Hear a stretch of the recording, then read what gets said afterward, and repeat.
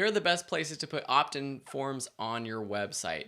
The way you put this on your website will be different depending on what your website builder is. So we're not going to dive into how we actually add these to your website. If you have questions, please let us know. If you have specifics about WordPress, I know those are things we can answer. Also, Google is your perfect friend for these kinds of situations. But we do want to go over the best spots that we think convert well. So let's look at some examples. First, what we've already seen is on the homepage header. So here is Smart Passive Income, Pat Flynn, one of my inspirations. He has his photo at the top, and then right underneath, he has his opt-in form. And his opt-in form here is just for joining his community. He's not selling anything. He's not, quote unquote, selling anything. He's not even offering a lead magnet right here. It's just to subscribe. Chris Ducker is another person, and it's actually fortuitous because a pop-up just popped up on his website. And so that's another way that you can have an opt-in form through a pop-up. Pop-up forms do convert, and that's why people use them. But Chris Ducker also has his main opt-in form in his homepage header, his hero. And here he lists all the different things that he gives away. The sidebar is another great place. That's the bar that's on the side of most websites, especially when you're looking at blog articles. And the reason why this is good, and you're looking at Video School Online with my free course opt-in or lead magnet, is that if someone finds my tutorial, say someone's searching for neon sign tutorial in After Effects, and they end up finding this through Google, they might come straight to this page and see my sidebar, but never go to my home page. So having this here is a good idea. Having a great lead magnet that targets all of your biggest target audience is good to put in your sidebar. Mr. Money Mustache, another inspiration of mine, he shows how you can put an opt-in form at the end of a blog article. And this works because if people have read through your entire blog article, there's a good chance that they liked what they read.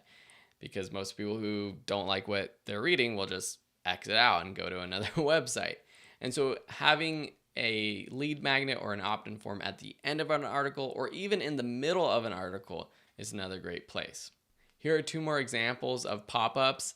Here's for Pencils of Promise. So they don't have an opt-in form on their home page, but after a few seconds, a pop-up did pop up asking for my email address. This one's kind of funny from smartinsights.com.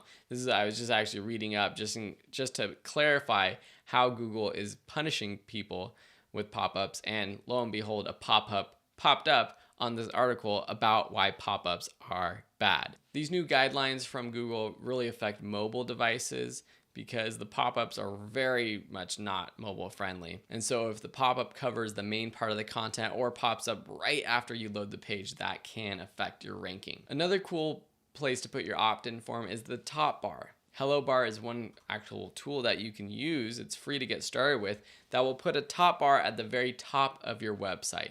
You've probably seen those where it's on every page of the website. Sometimes you control which page it shows up on, but it's just a little bar that has the opt-in form that's at the very top of the website, even above the menu. Just a few tips for writing the copy of your opt-in. First, you got to make sure that the lead magnet is on target and it's irresistible. It's something that people will definitely want, and they won't want to go away from your website without getting.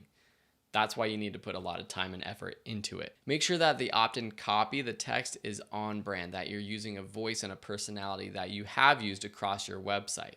Use colors, fonts, logos, imagery, again, on brand.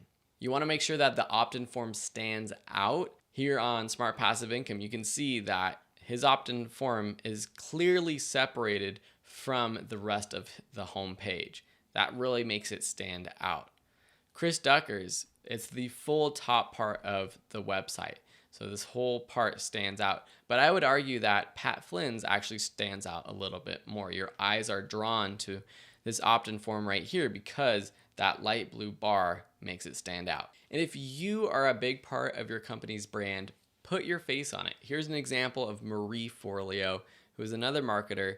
And here on her Getting Started page is her main opt-in form. And she includes an image of herself. Same like how we saw with Pat Flynn, Chris Ducker. You look at all of these marketers, anybody where they are the face of their brand, they put themselves on the home page. That's because people connect with you. You want to build that tribe of raving fans that like, know, and trust you. And if you put yourself on that home page, that's an introduction to the audience. And if someone knows about you and then comes to your website after, they're going to feel comfortable putting their email address because you are right there asking for it. I hope these tips help you put better opt-in forms in your own website.